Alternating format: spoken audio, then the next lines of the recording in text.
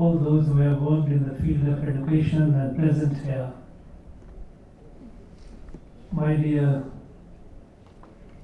students, friends from the media.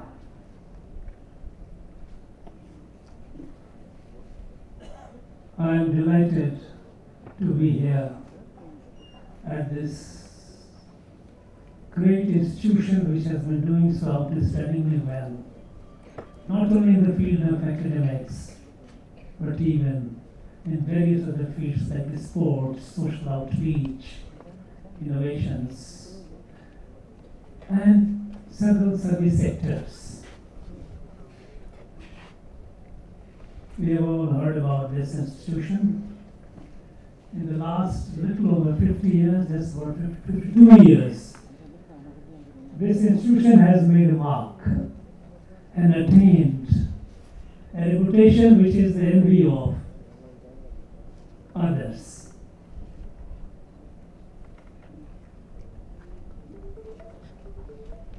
When I got the invite,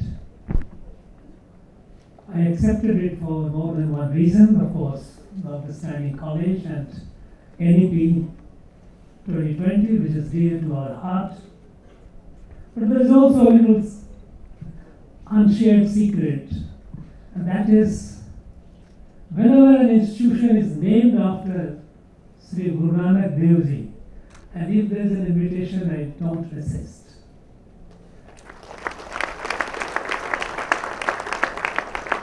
So this great divine soul who came on this earth over 550 years ago,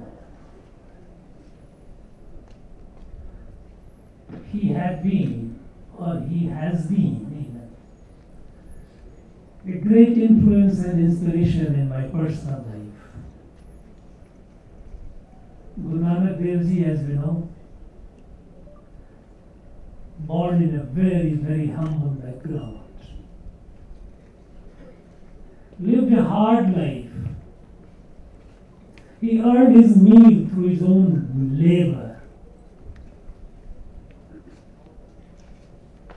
He traveled the length and breadth of this country, not only this country, but even went in one of the neighboring countries.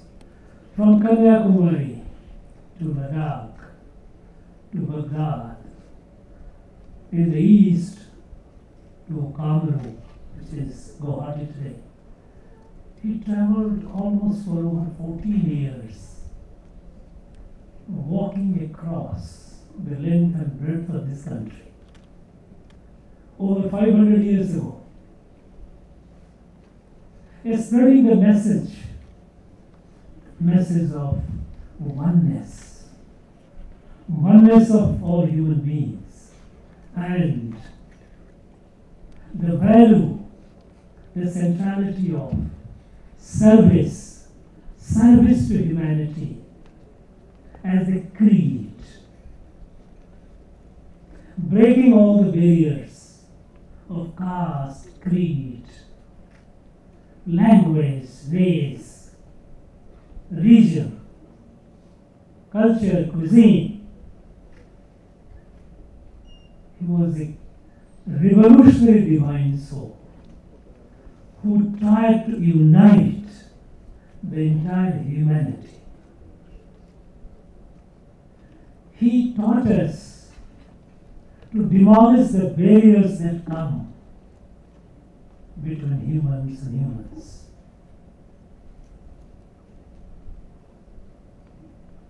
Such a great revolutionary divine soul living such a hard, simple life, earning his daily meal through his own hard work, not unlike many gurus that we see today. He had been a great inspiration for me, and he must be a great inspiration for all of us. And this institution, it also occurs to me at times that if it has attained this height of glory, by which it has become an envy of other institutions, maybe it was established at a very auspicious occasion of 500th year anniversary of his birth anniversary. And it has been inspired by his ideals. And even when we think about NEP, I think much of the NEP you will get in Guru Nanak Dev's teachings.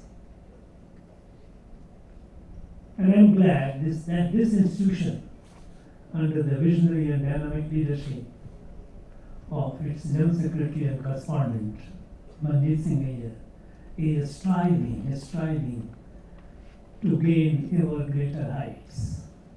And I wish all of you the very best in years to come. You be the light.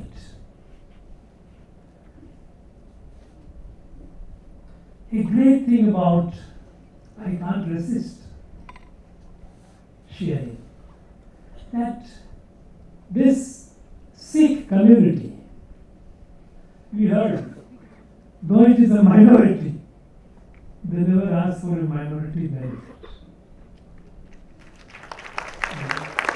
In fact, here is a minority institution which is in the service of the majority. And this is the case all over.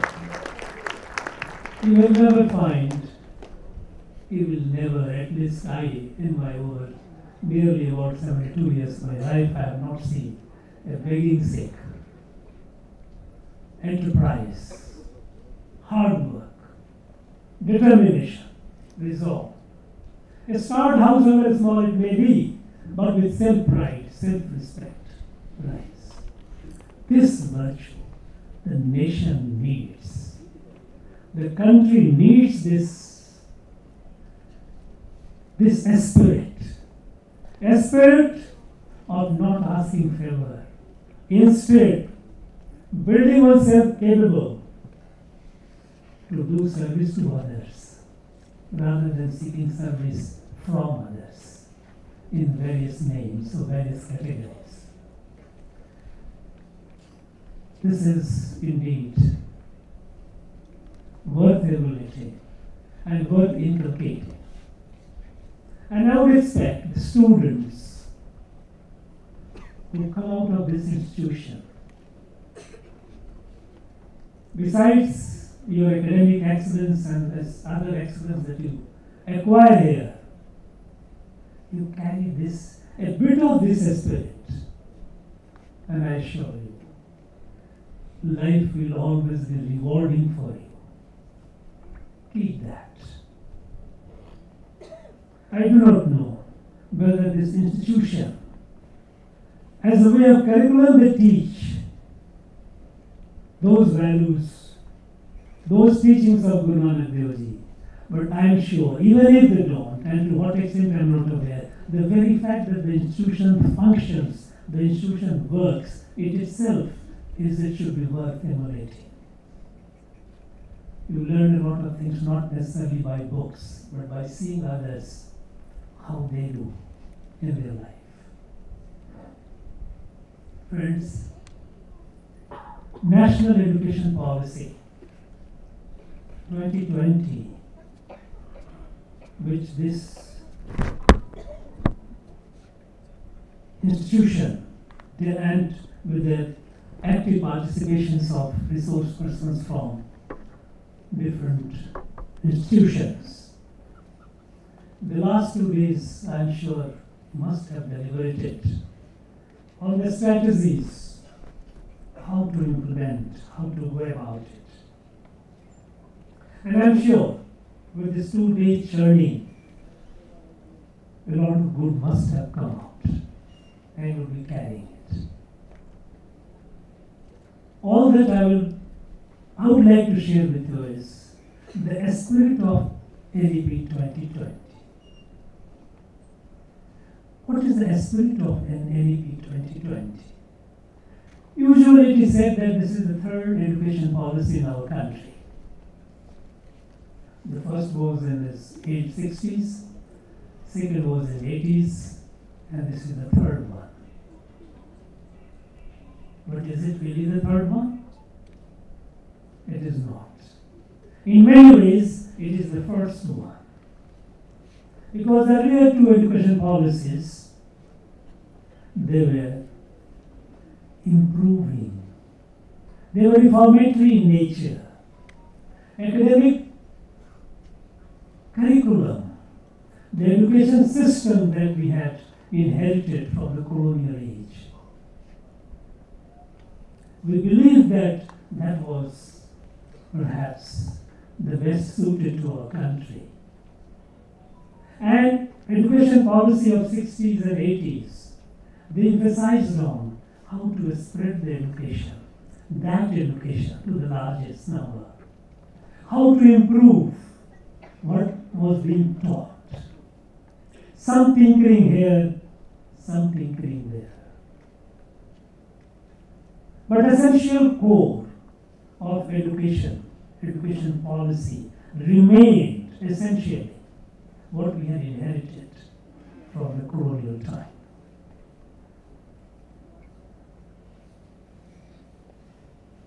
This policy is revolutionary. This is transformative. It doesn't take much lessons. The lessons, of course, the lessons are that what we didn't achieve. Despite all these nearly over 7 decades of independence, how come a country like India, a huge country of now over 130 crores, perhaps we are 140 crores. This country, even after 7 decades of independence,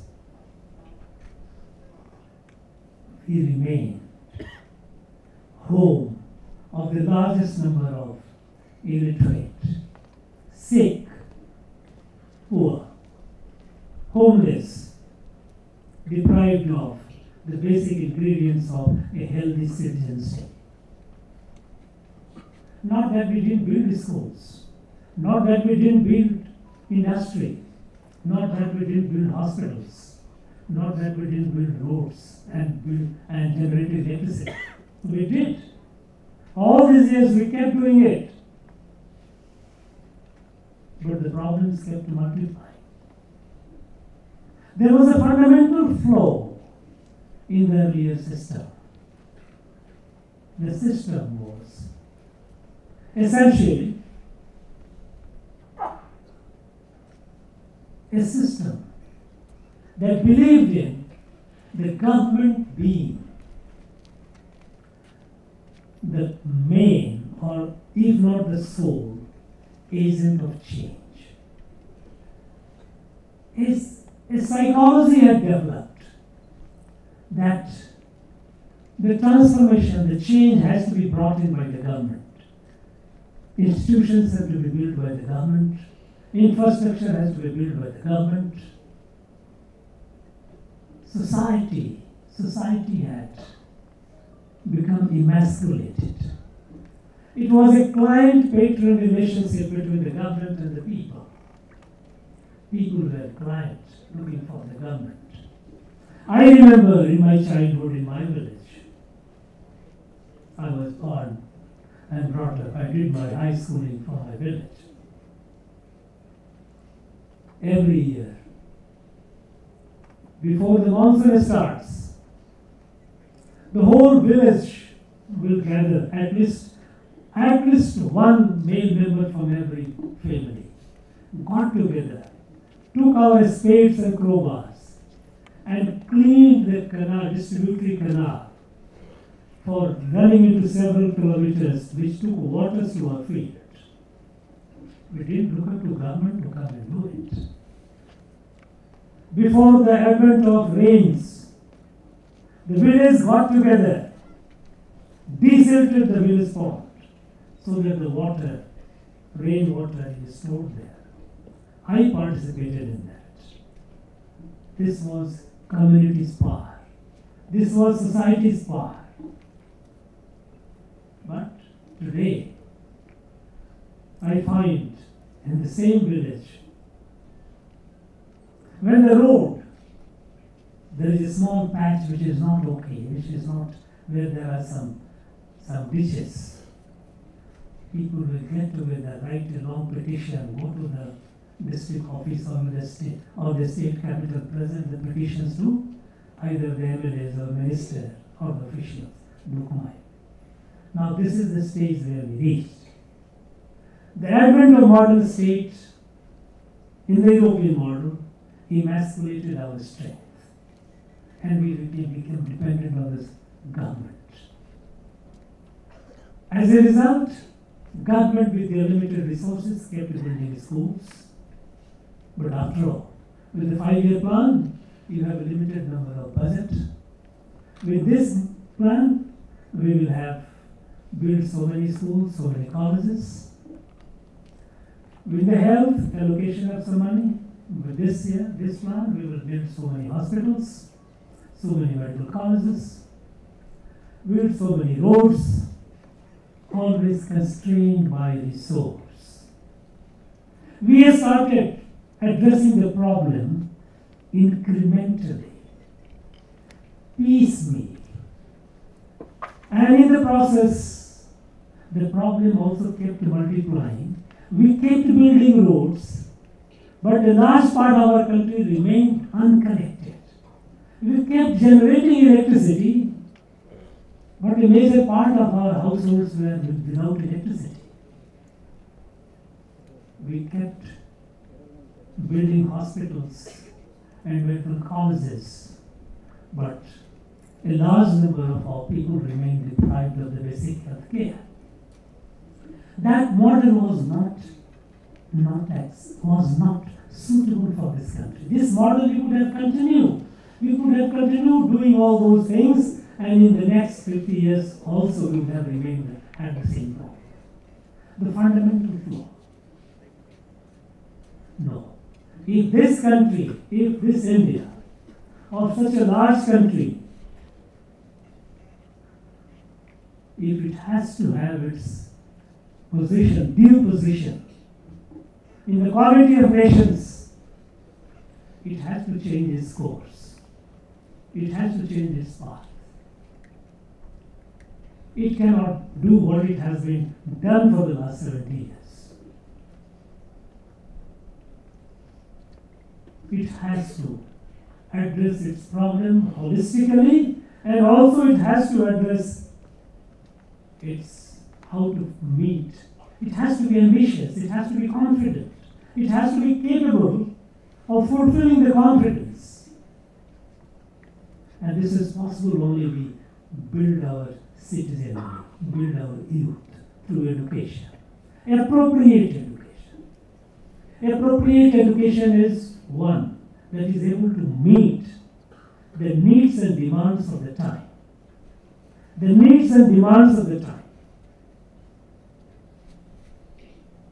And today, we know we are in a knowledge age.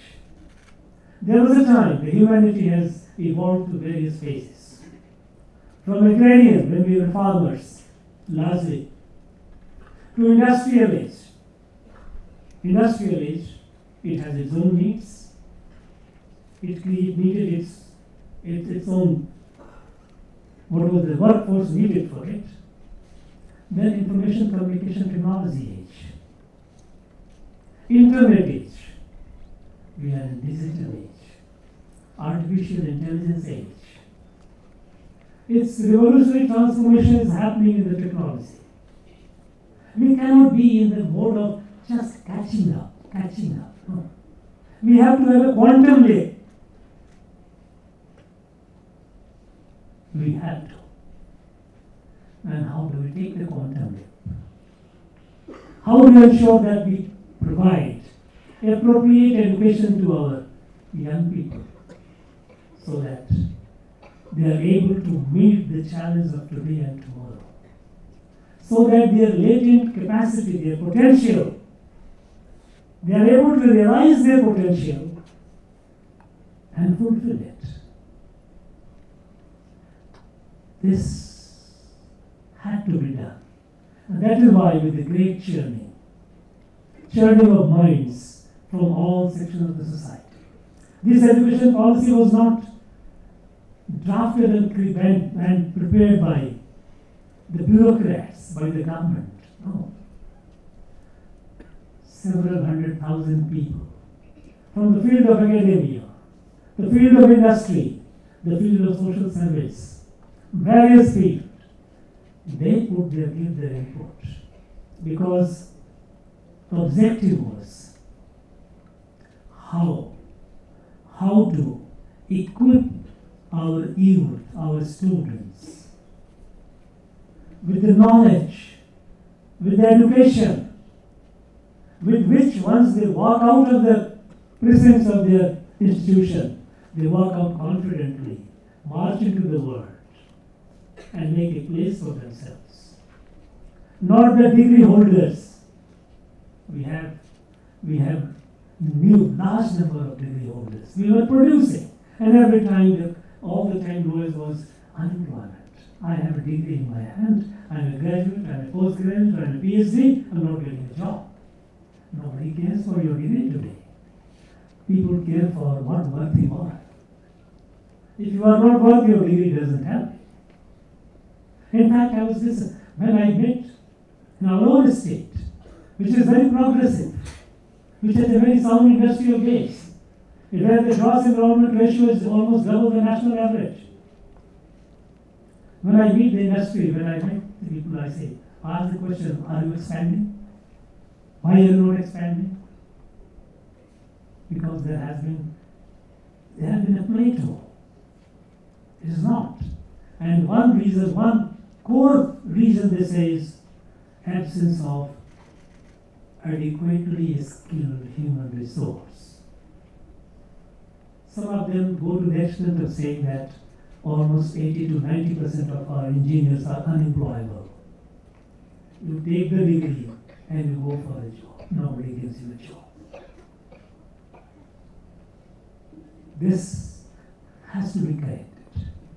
Today, in our universities over the country, and the data I got from UGC, over 70% of our university, college and university students are studying humanities, arts. Now, imagine, what kind of future is awaiting them? Over 70%, I don't say that history is bad or political science, no, they are all good subjects, worthy of pursuing. But are they appropriate to the age? That many? When 70% of our students graduate with a degree in humanities, where do they go? So, while we have to create an education system where there is a greater emphasis on STEM, science and technology.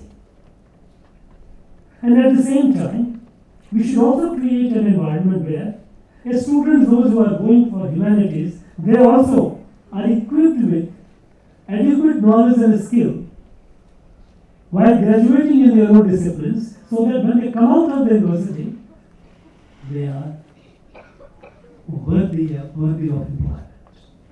And here comes the multidisciplinary courses. A student of history, a student of political science can have a break while graduating under the new education policy and do a diploma course in computer application. Because most of the students, they don't come to STEM because they feel that they are not very comfortable with mathematics. There is something wrong with our teaching system, because mathematics can be a very interesting subject. I did my physics, highly mathematical. But the credit goes to my school teacher who initiated me to mathematics. Mathematics is not subject to scare you away, but mathematics as a fun, as a language. So there is something that needs to be done, how to motivate more and more of our youth towards the STEM. But even those who are not, they are coming. They must have an opportunity to choose for education where perhaps the mathematics is not there. So, okay, you learn some skill. Computer application is one such. There are many. Go in art. Why music? Multidisciplinary. This linear approach that if I have joined a degree in history, I am condemned to be a graduate only of history. This will not work. This is not suitable for our country. We have to change. We have to radically change. Teaching and learning in mother tongue. For a very, very long time, and even today, our mind has been so colonized that we believe that if someone is good in English, he is an educated person. Why? You go to China, go to Japan, go to Russia, go to Germany, they are doing wonders without learning English. Why is it that we can't do it? We didn't pay adequate attention because after all, learning in a foreign language, it has a certain entropy, it consumes a lot of energy, and it is a huge discouragement. Everyone is not cognitively as suited to move in that foreign language. So why not? The greater emphasis.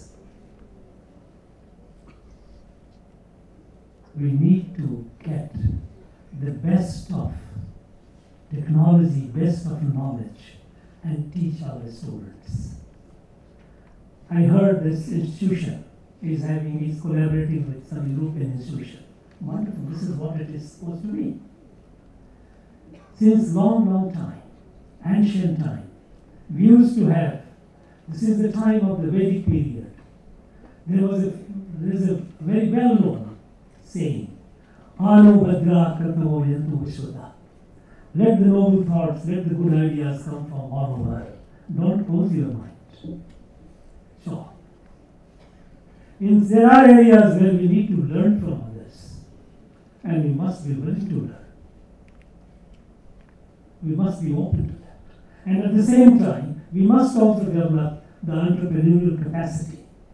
The capacity, the curiosity, the drive and energy to go for innovation. And this we are doing it. Our young men and women are doing it. If about 8-9 years back, in the year 2014, we had less than 500 startups. Today we have more than 100,000 startups. And more than 110 of them are unicorn. It is because our young men and women are doing these wonderful things. Incredible things they are doing. All that is needed is government should not think as they are the sole agent of change. They have let the capacity, the potential of our youth. Imagine the capacity of 140 crore Indians. If they can start contributing, the country transforms. And if it is transforming today, as I said in the field of the startup, if you are in the top 3, and if in the number of the startup which is happening every month, India is the number 1 today. From nowhere in the reckoning, we are now in the top. All that is to have a trust in our people. To trust in our people that they can do it. And to take the case, a simple case. For all these 7 decades almost, we remained with a very dubious distinction of nearly 60% of Indians going for open defecation. And whenever somebody talks about the toilet, the toilet is something to talk about. It is a cultural issue. Do whatever you want, people will go out, take the rota and go out. But the same people transform within no time. Now India is open defecation free. It is not done by the government, by the people. The trust in the power of our youth, trust in the power of our countrymen and women. Women power. Half the population deprived. Can a society, can a country be built by depriving the half? No. It is not possible. Not that we didn't care for them in the past. We did care. But the needed anxiety, need is desire. That thrust was missing. We kept talking about women empowerment, but doing little to create the environment for women empowerment. How is it possible that we have our girls going to schools and colleges if we don't build girl toilets in the schools and colleges? Is it possible? No. As simple as that. We kept talking about women literacy, women education, without creating adequate enabling environment. And as a result, we kept our half the population away from contributing to building the nation. Today, all the frontiers are open. We know that our girls are doing, our daughters are doing incredible things. They are doing, all the results that you see, invariably you will find they are doing better than boys. This is new India. The new India has to be built with a new spirit of transformation, new spirit of building the new country, taking it to the destiny that it deserves. This country does not deserve to be at the margin of international affairs.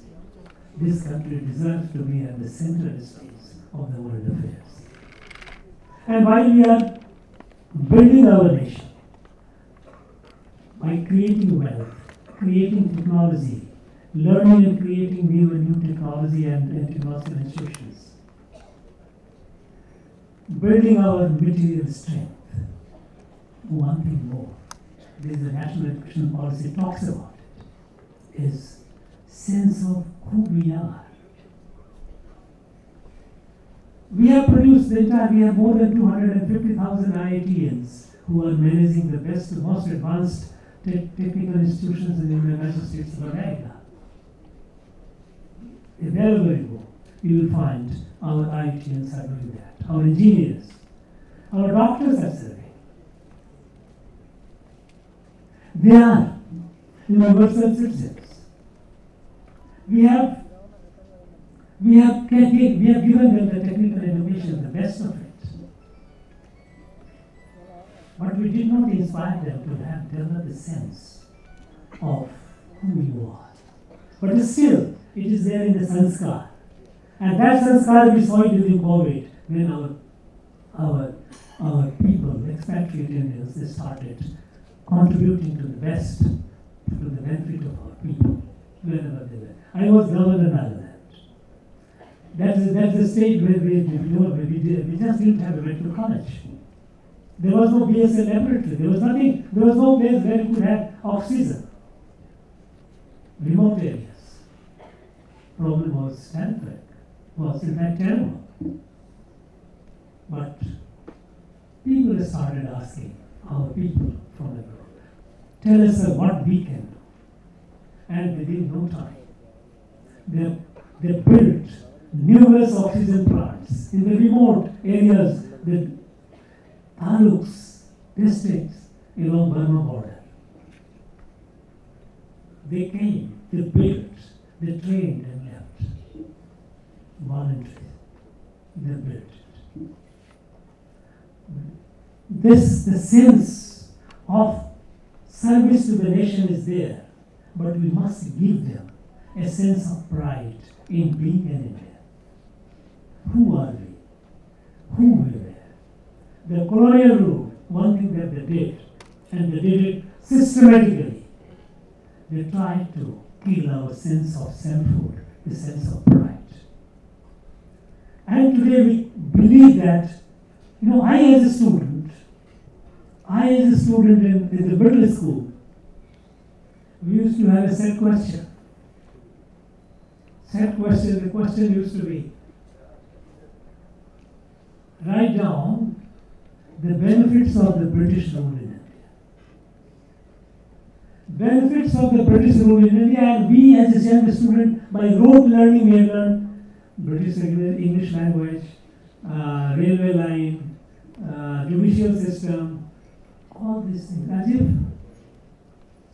without English we didn't know how to talk. how to do.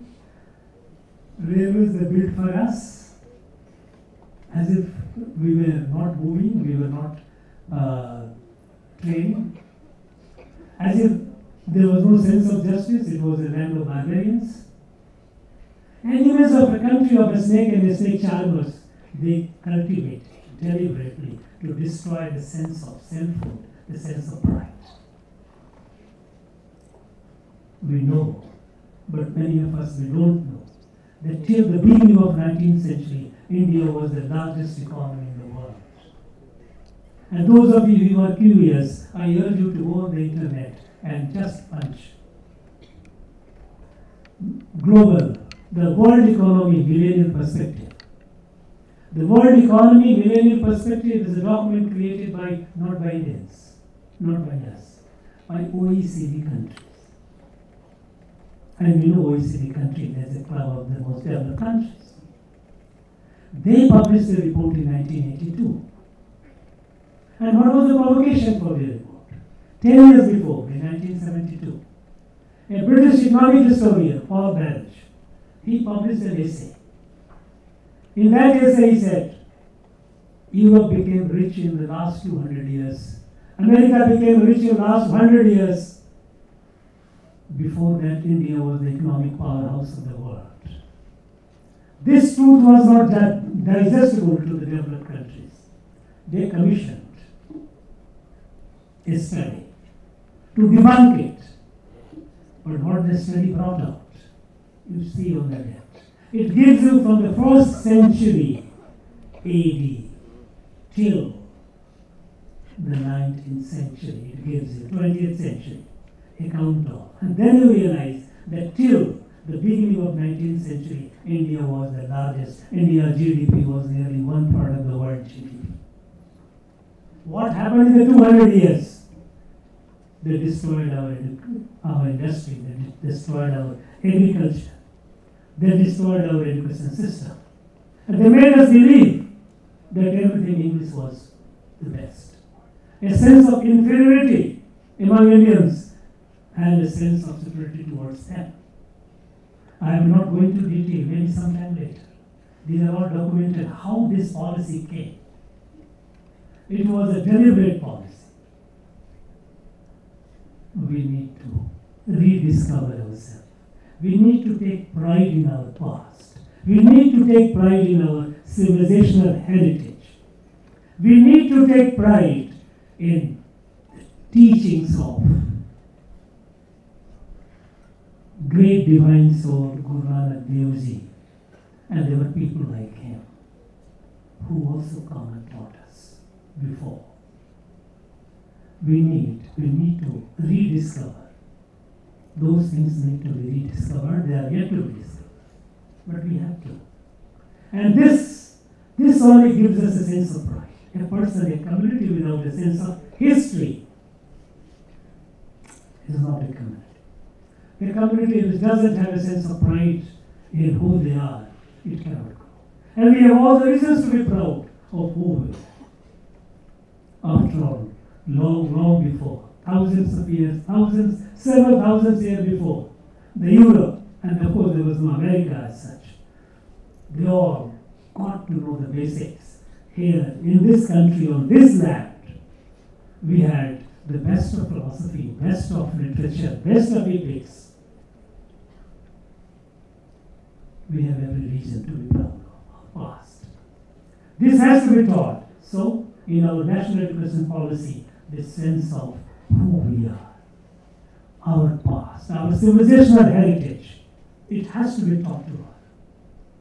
When I was a student in schools, we used to teach, we used to learn, read and learn teachings of various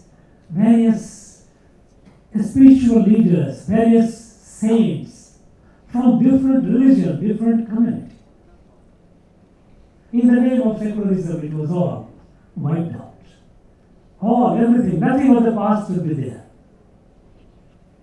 And we started building a new society, engineering a new country, as if it is ab initio, from scratch. No. We cannot do that. If we do, this is what we have been doing, and the result was that nobody took us seriously. Such a large country, imagine, and no country in the world takes us seriously. It's not the case today. Today, India is moving forward with a sense of pride, with a sense of destiny. And the destiny is that the next 24 years, we have to be the leader of the world. By the time the country celebrates, 3 quarters have gone, it's okay. The next quarter is the quarter in which we have to build this country as the leader of the world. And the leader of the world is possible only when we have a right education, a appropriate education, where every individual, every citizen feels a stakeholder. And we are fortunate. We are fortunate today that we are not only a witness to this great revolutionary transformation that our country is going through, but we are also a participant. And all the students of this great institution, when you will reach in the 1947, when you will be at different stations in your life, leading positions wherever you are, all of you need to ask a question to yourself: what did you do to build this nation? To take this nation to where it should be. Think of it. And in that spirit, we have to take this national education policy. It is not just a policy document. It is a revolutionary transformational formula. It has to be appreciated. It has to be internalized. And it will be internalized. It will be appreciated. It is being appreciated. Those who do not understand it, for some reason, they have a divergent view. But I am very confident that in the coming days, everyone will come around. Because it is our national purpose, fulfill our national purpose and national goal.